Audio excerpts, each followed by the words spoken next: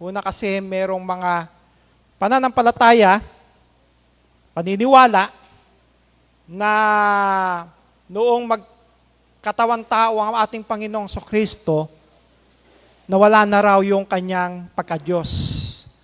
O hindi na siya Diyos nung siya ay magkatawan tao. At ikalawa, tatalakayin din natin na kung papaanong ang Panginoong Kristo nagpakababa, handang magsakripisyo. Kung titingnan din natin sa tao, kung minsan ang tao, mahirap magpakumbaba. Mahirap ibaba ang sarili. Merong pagmamatigas ng puso. Hindi maibaba ang ego pagka sa tao. Pero kung ang kukunin na halimbawa ay ang Panginoong Kristo,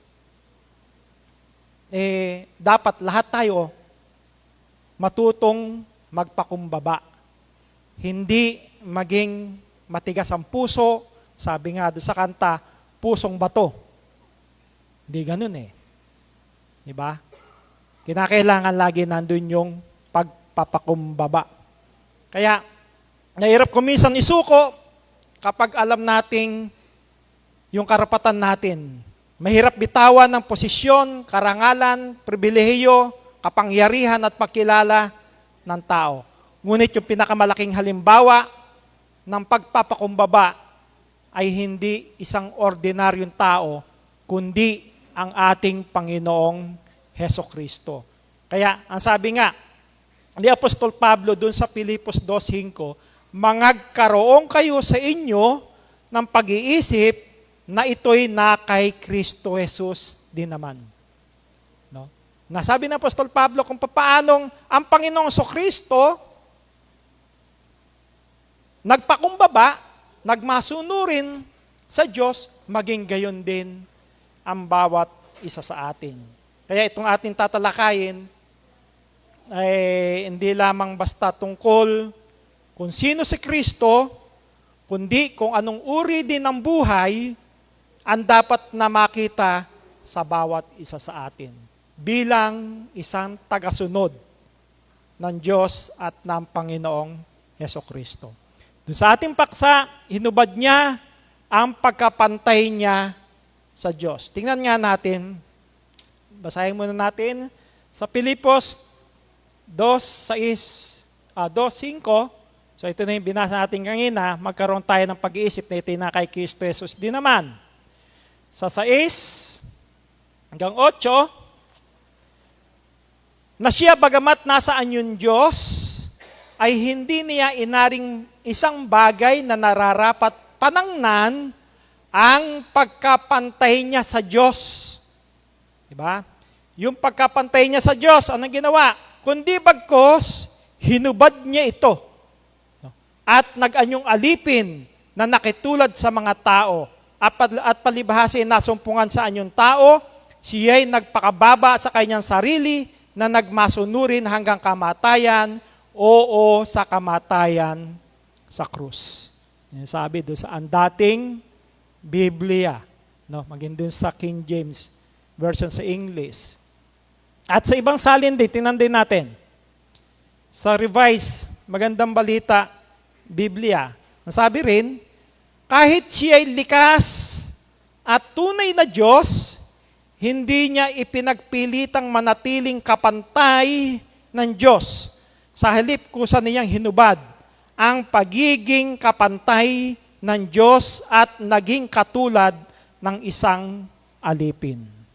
Doon naman sa salita ng buhay, bagamat nasa anyo siya ng Diyos, hindi niya pinanghawakan ang mga karapatan niya bilang kapantay ng Diyos, kundi itinabi niya ang kanyang dakilang kapangyarihan at kaluwalhatian, nag-anyo siyang alipin at nakitulad sa mga tao. Kaya, yun yung hinubad niya, yung pagkapantay niya sa Diyos. Hindi nawala yung kanyang pagiging Diyos. Diba? Hindi nawala. Nung siya'y magkatawang tao, nandoon pa rin yung kanyang pagka-Diyos. Ano yung ibig sabihin lang na hinubad niya yung pagkapantay niya sa Diyos? Hindi niya ginamit yung kanyang kapangyarihan, yung kanyang kaluwalhatian, no? Hindi niya ginamit. Isinentabi niya. Tingnan din natin na isang halimbawa. Isipin na isang ama at anak, pareho may dignidad bilang isang miyembro ng isang pamilya. Ngunit ang ama ay may pananagutang mamuno sa tahanan. Ang pagiging nasa ilalim ng pamumuno ay hindi nangangahulugang mas mababang uri ng pagkatao ang anak. Diba sa magulang, sa pamilya, ganoon naman talaga, di ba?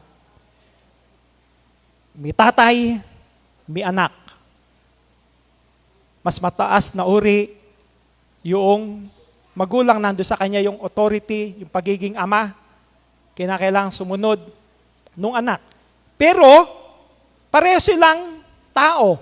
Isang uri ng tao. Ganon din ang Diyos saka ang Panginoong Kristo. Yung ama, ama siya, may anak siya, kung sa pamilya, talagang kinakailangan yung anak susunod dun sa kanyang magulang, sa kanyang ama. Ang ama at yung anak, pareho sila sa uri ng pagka-Diyos. Walang fake doon. Pareho silang Diyos. Di ba? Kuminsan, di ganun natatakot. Kuminsan tayo, sabihin natin, o Diyos yung anak Bakit ka matatakot? Kuminsan sinasabi, wala ka namang mababasang dalawang Diyos Tama, literal, wala kang mababasang salitang dalawang Diyos. Pero doon sa pagpapaunawa, sabi nga sa banal na kasulatan, sa lahat ng iyong karunungan, kunin mo ang unawa. Kunin mo ang unawa. Ano ang unawa? Ang Diyos, yung Ama, Diyos siya, meron siyang anak. Yung anak niya, ano yon? Anong uri? Diyos din. Hindi ba? Bugtong na anak Yun ang hindi mo pwedeng sabihin, hindi Diyos ang ating Panginoong Hesukristo. Sapagkat doon din sa pagkapantay, ang sabi nga ng ating Panginoong Hesukristo, sapagkat ang Ama ay lalong dakila kaysa akin. Lalong dakila yung Ama. Ama niya yun Diba? Pero sa pagiging uri ng Diyos, pareho sila. Pero mas dakila ang Ama, ang sabi ng ating Panginoong Hesukristo. Ang sabi rin dun sa ating pinag-aaralan, kinuha ko dun sa may Greek na sa meaning, yung hinubad. Sabihin Greek, kenu, o kenosis sa English.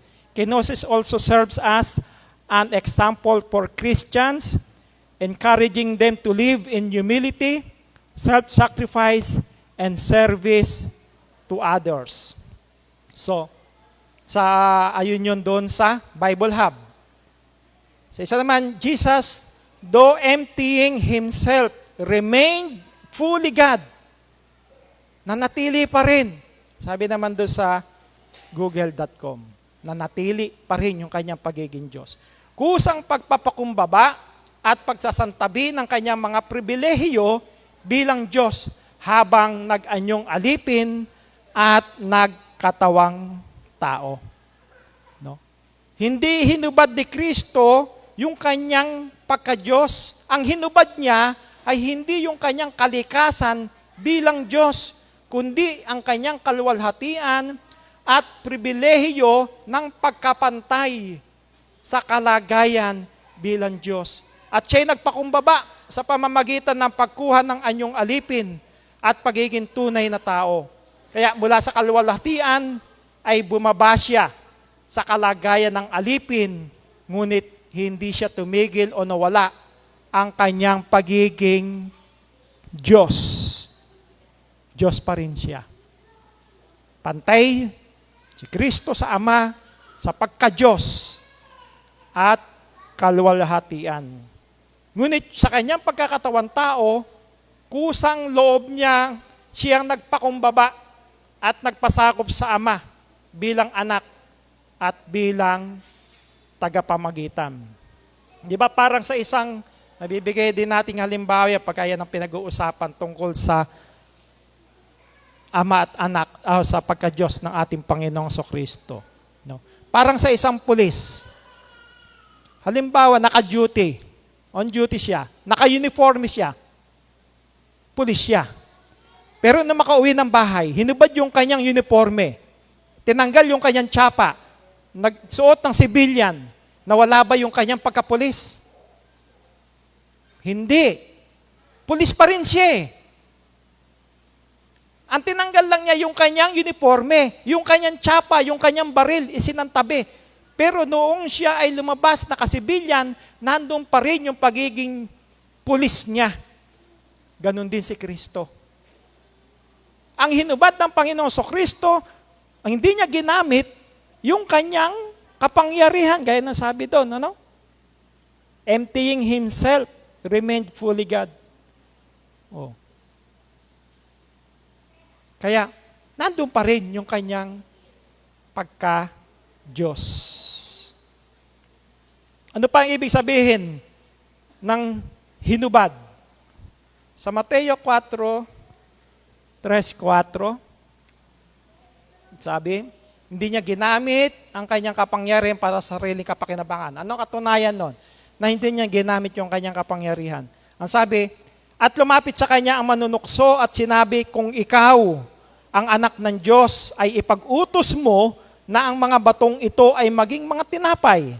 Datapot siya sumagot at sinabi, nasusulat, hindi sa tinapay lamang mabubuhay ang tao, kundi sa bawat salitang lumalabas sa bibig ng Diyos. Sa puntong yon, hindi niya ginamit. Sapag alam niya, tinutukso siya ng dyablo eh. No? Pinagagawa sa kanyang tinapay yung bato. Pwede niyang gawin, pero hindi niya ginamit. Diba? Hindi niya ginamit. Nandoon yung nakita ng dyablo, yung gutom ng ating Panginoong Kristo, kaya siya tinutukso na gawing tinapay yung bato. May kapangyarihan siyang gawin yun. Maaari niyang gawin tinapay ang bato. Ngunit hindi niya ginamit ang kanyang kapangyarihan upang sundin yung tukso, upang unahin ang sarili. Ano pa ang sabi ng Panginoong Kristo? Sa 1:17-5, may kaluwalhatian siya bago pa ang pagkakatatag ng sanglibutan. Ang sabi, at ngayon, Ama, luwalhatiin mo ako sa iyong sarili ng kaluwalhatiang aking tinamo sa iyo bago ang sanlibutan ay naging gayon. So sinabi mismo ng Panginoong Kristo na mayroon siyang kaluwalhatian kasama ng Ama bago ang sanglibutan. Kaya nang siya ay pumarito sa lupa, hindi siya nagsimula doon sa Bethlehem, nung siya ay isilang. Hindi lang doon yung kanyang pagsisimula. Ano? Yung Bethlehem, yung lugar ng kanyang pagkakatawan tao. Ngunit yung kanyang kaluwalhatian, nauna na bago pa ang sanlibutan. Diba? Para ding sa isang hari, halimbawa isang hari lumabas sa palasyo, parang pulis din. Isang hari lumabas sa palasyo, naglakad kasama ng mga ordinaryong tao, hindi nangangahulugan na hindi na siya hari. Dahil simple lang yung kanyang damit. Pinili lang niyang makisama doon sa mga mahihirap sa maliliit. Gayon din ang Panginoong Kristo. Hindi nawala ang kanyang pagka-Diyos, nagpakababa siya, nag-anyong aliping salarin, diba? Nagkatawan tao, nakisama sa mga tao. At nanatili bang Diyos si Kristo na magkatawan tao? Juan 1:1-14. Ang sabi, nang pasimula, siya ang berbo. At ang berbo ay sumasa Diyos. At ang berbo ay Diyos. So alam natin kung sino yung berbo. Yung daw berbo ay Diyos. Sino yon? Si Kristo. Ano ang ginawa ni Kristo na Diyos? Yung berbo ay Diyos. Si Kristo ay Diyos. Ano ang ginawa niya? At nagkatawan tao ang berbo. So, nung magkatawan tao siya, nawala ba yung kanyang pagka-Diyos? Hindi, verbo pa rin siya. At tumahan sa gitna natin at nakita namin ang kanyang kaluwalhatian gaya ng sabugtong ng Ama na puspos ng biyaya at katotohanan. Di ba? So, yun yung katotohanan mula sa banal na kasulatan. Ang verbo ay Diyos at ang verbo ay nagkatawan tao. Hindi nawala ang kanyang pagka-Diyos. Kaya doon sa pagkakatawan tao niya, ay hindi pagkawala ng pagka-Diyos ng ating Panginoong Hesukristo. Sa halip, ang Diyos ay nagkatawan tao. Ito yung dakilang hiwaga ng pagkakatawan tao ng ating Panginoong Hesukristo. Ano ang nananahan kay Kristo noong siya ay nandoon sa anyong laman?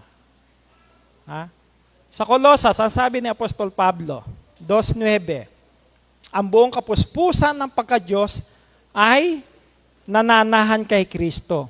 Sapagkat sa Kanya'y nananahan ang buong kapuspusan ng pagka-Diyos sa kahayagan ayon sa laman.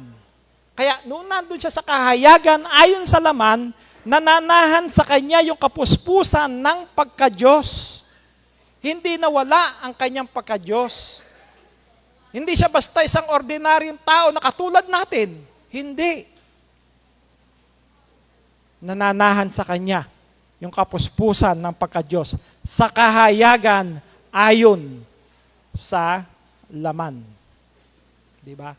Makita natin, napakalinaw nung talata na yan na buong kapuspusan ng pagka-Diyos. Hindi bahagi lamang, hindi kalahati, hindi kaunting pagka-Diyos, kundi kabuong kapuspusan ng pagka-Diyos ang nananahan kay Kristo ayon sa laman. Ano pa? Ang katunayan na hindi nawala ang kanyang pagka-Diyos.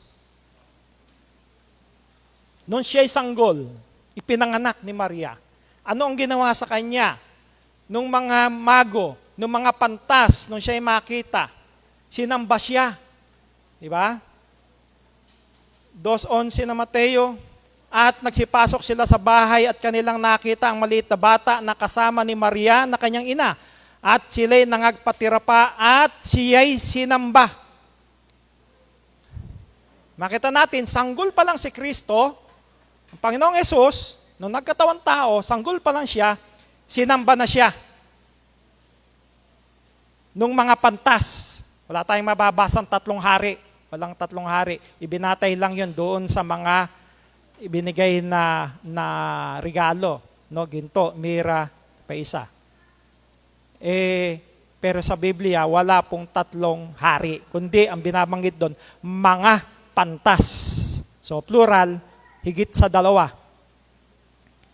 Mga pantas, mga mago. So, ang Panginoong Jesucristo, nung siya'y sanggol, sinamba na siya.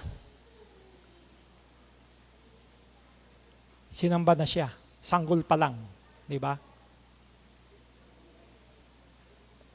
Ano pa?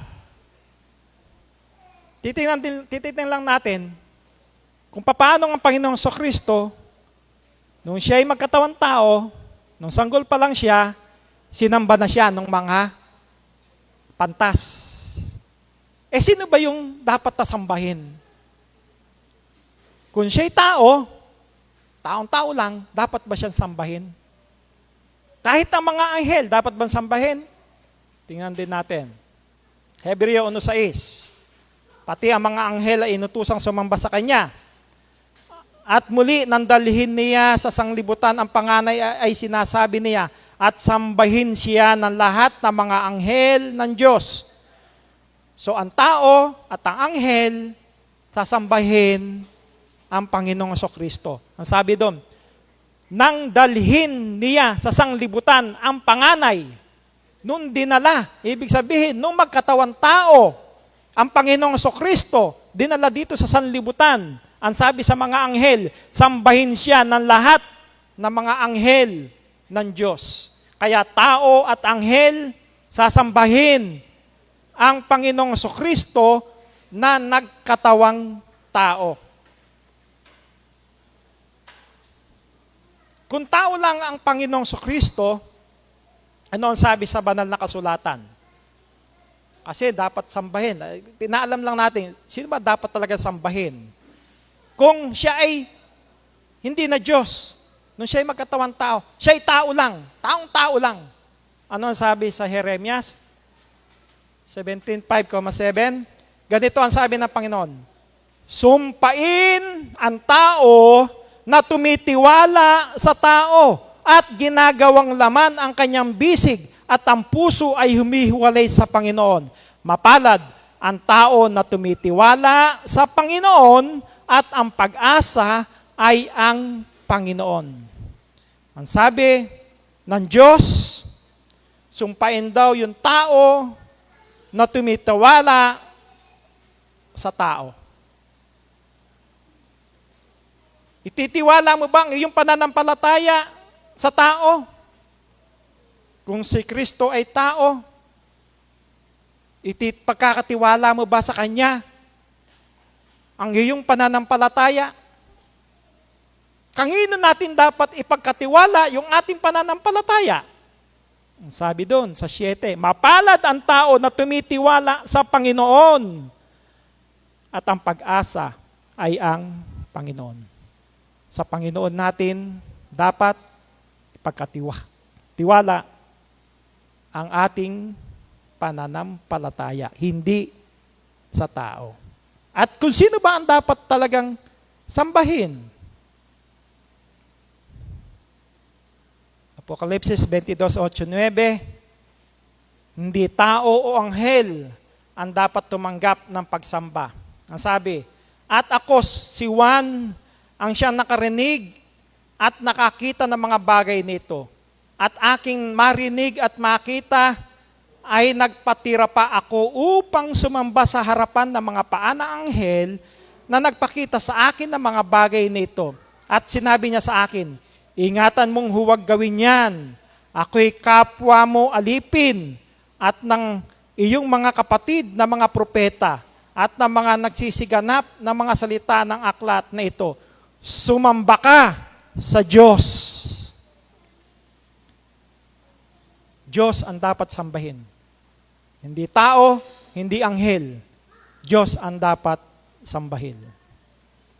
Ang anghel nga tumanggi hindi ba? Diyan, ayaw niya. Ayaw ng anghel. Pinagpatira pa si Juan, pero ayaw ng anghel na siya sambahin. Doon ka sa Diyos sumamba. Bakit? Dahil ang tunay na pagsamba ay nauukol sa Diyos. Alam natin ang Ama ay Diyos at ang anak ay ano? Anak siya. Yung kanyang ama, Diyos. Yung kanyang anak, ano ang sabi sa banal na kasulatan? Siya ay Diyos. Sa magandang balita, Biblia, kailan may walang nakakita sa Diyos, subalit ipinakilala siya ng bugtong na anak. Siya ay Diyos na lubos, na minamahal ng Ama. Sa contemporary English version, no one has ever seen God, the only Son, who is truly God, and is closest to the Father, has shown us what God is like. So Diyos ang ating Panginoong Hesukristo. Di ba sabi ng Panginoong Hesukristo? Doon sa 14:1, kung doon nagkakamali. Sumampalataya kayo sa Diyos. Sumampalataya rin naman kayo sa akin. Kung paano sasampalataya tayo sa Diyos, dapat din siyang sampalatayanan. Kung paano sinamba siya ng mga pantas, sinamba siya ng mga tao gayon din tayo. Sambahin ang ating Panginoong Hesukristo. Di ba, yun din yung nangyari nung panahon na napagkamalan itong si Pablo sa si Bernabe na mga Diyos. Noong makita sila ng mga tao, sinamba sila eh. Ang sabi na pagkamalang silang si Bernabe, siya daw si Jupiter. No? Si Pablo, siya daw si Mercury. Mga Diyos. Kaya sabi nila, bumaba sa atin ang mga Diyos. Napagkamalan silang mga Diyos. Pero, ano ang pagpapakilala ng mga apostol? Ni Pablo, ni Bernabe. Ang sabi, wag niyo kami ikang sambahin, kami kapwa niyo rin tao. No? Ang tao hindi karapat-dapat sa pagsamba.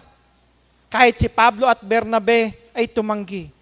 Ang anghel ay hindi rin karapat-dapat sa pagsamba. Tumanggi rin yung mga anghel na sila ay sambahin. Ngunit si Kristo ay tumanggap ng pagsamba sapagkat siya hindi lamang tao, siya ay tunay na Diyos na nagkatawan tao.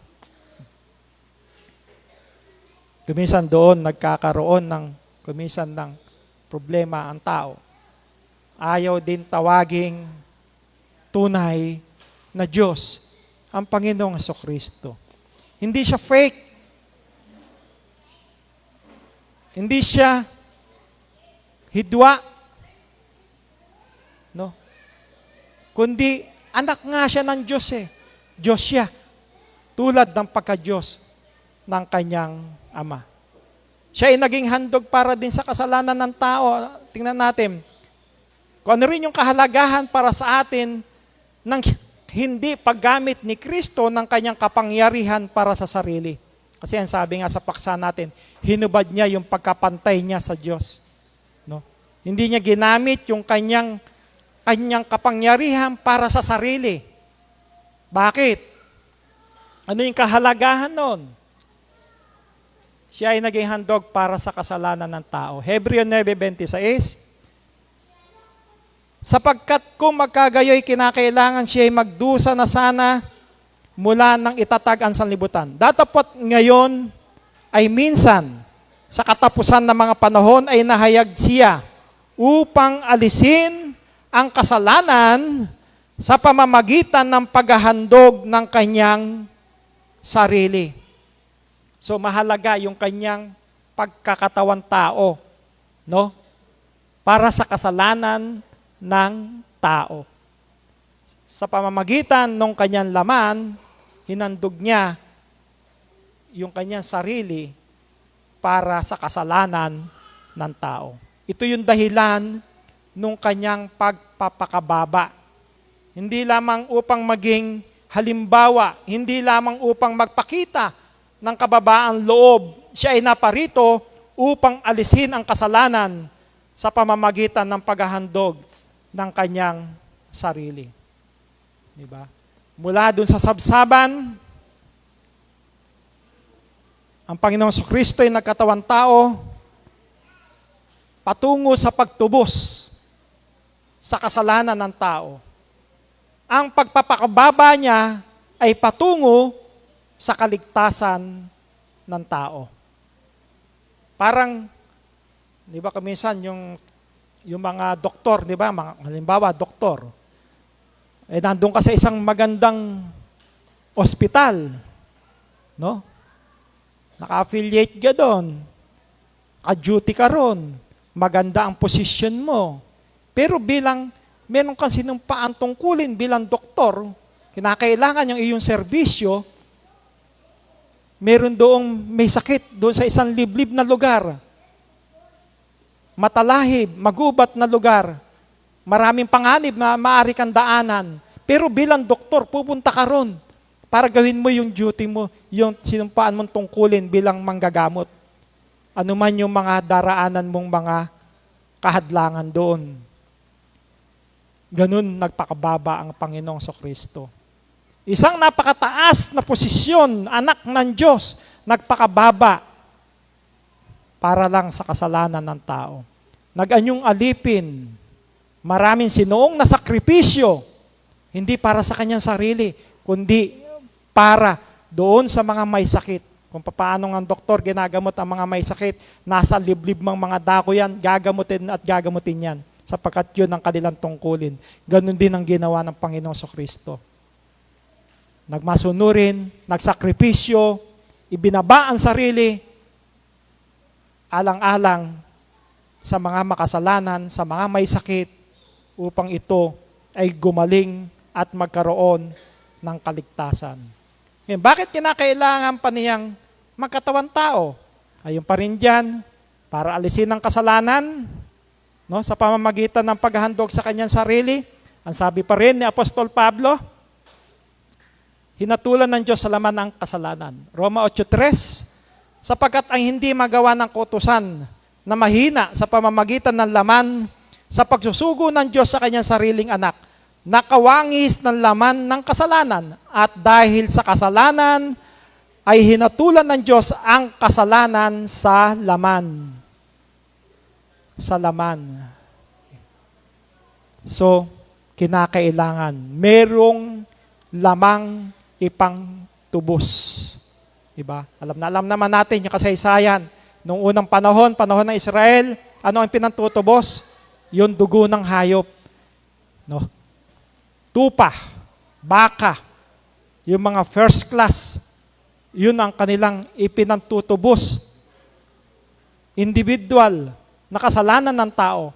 Pero dahil sa sobrang talamak ang kasalanan ng tao, hindi na nagustuhan ng Diyos yung ganung paraan na yung dugo na lang ng hayop, yung laman ng hayop na lang ang susunugin. Hindi na yun. Hindi na nakalugod sa Diyos. Hain at handog wika ay hindi mo ibig. Kaya anong ginawa niya? Meron siyang inihandang isang katawan para sa ating Panginoong Kristo. Na yung katawan na yon, yun ang ipinantubos sa kasalanan, hindi sa isang tao, kundi sa kabuuan ng tao sa sanlibutan. Lahat ng tao open na matubos ng kasalanan ng tao, kasalanan, open siya na patawarin sa pamamagitan ng dugo, sakripisyo ng Panginoong Kristo, kung nandoon sa Kanya ang pananampalataya, pagtanggap sa Diyos at sa Panginoong Kristo. Kaya, ang problema ng tao ay kasalanan. Hindi ito nalutas sa pamamagitan lamang ng batas, relihiyon, sariling kabutihan o pagsisikap. Kaya, isinugo ng Diyos yung kanyang anak. Di ba? Sabi, doon sa Hebreo nga, sa 10, hindi na kaya ng dugo ng hayop na tubusin ang kasalanan ng tao, kundi ng mahalagang dugo ng ating Panginoong Kristo. Kaya si Kristo ang pumarito sa laman at dinala ang gawain ng pagtutubos. Ano pa ang dapat nating matutuhan sa pagpapakababa ng Panginoong Kristo? Ang tunay na kadakilaan ay makikita sa pagpapakumbaba. Ano yung dapat daw nating matutuhan sa pagpapakababa? Ang tunay na kadakilaan ay makikita sa pagpapakumbaba. Hindi kailangang ipilit ang ating sarili upang makita ng lahat. Si Kristo ay dakila, ngunit nagpakababa. Kung sa tao, kung tayo ay may posisyon, gamitin itong upang maglingkod. Kung tayo ay may kaalaman, gamitin ito upang magturo. Kung tayo ay may kayamanan, gamitin ito upang tumulong. Kung tayo ay may kapangyarihan, gamitin ito upang magprotekta at hindi manlamang. Ano pa ang kahalagahan nito? Ang tunay na paglilingkod ay may kasamang sakripisyo. Diba? May kasamang sakripisyo. Hindi tunay na paglilingkod kung ang gusto lamang natin ay kapag convenient tayo. May pagkakataong kailangan nating magbigay ng oras. May pagkakataong kailangan nating magparaya, magpatawad, tumulong kahit walang kapalit. Gumawa ng mabuti kahit hindi mapansin. Si Kristo ay hindi lamang naglingkod ng konti. Naglingkod siya hanggang kamatayan. Diba? Ang sentro ng ating buhay ay hindi ang sarili, kundi si Kristo. Kaya magkaroon tayo ng, masabi doon sa Pilipos, binasa din natin kanina, magkaroon tayo ng pag-iisip na ito'y na kay Kristo din naman. Bakit? Siya yung maging sentro ng ating buhay. Si Kristo ang maging sentro ng ating buhay. May mga tanong na, may pag-iisip ba ni Kristo sa ating buhay? Kapag ka nasaktan tayo ng ating kapwa, paano tayo tutugon? Gaganti ka ba ng masama? Kapag hindi tayo pinahalagahan, paano tayo kikilos? Kapag mayroon tayong karapatan, kaya ba nating magparaya? Kapag may pagkakataong maglingkod, handa ba tayo para maglingkod sa Diyos at sa Panginoong Hesukristo?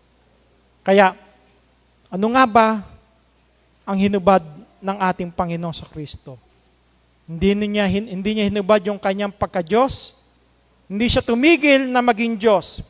Ang kanyang ginawa ay kusang pagsasantabi ng pribilehiyo, kaluwalhatian, at paggamit ng kanyang banal na kapangyarihan para sa sariling kapakinabangan.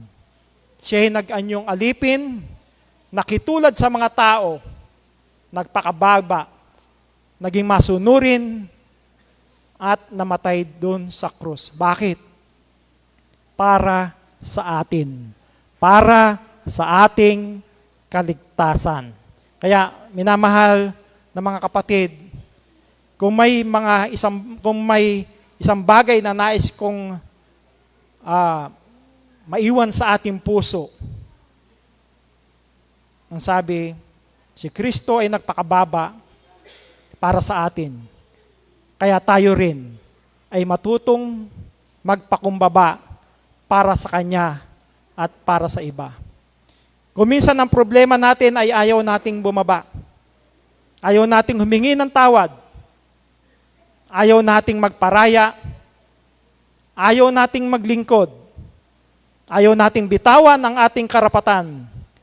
Ngunit tingnan natin ang Panginoong Hesukristo. Siya na karapat-dapat sa lahat ng karangalan ay nag-anyong alipin.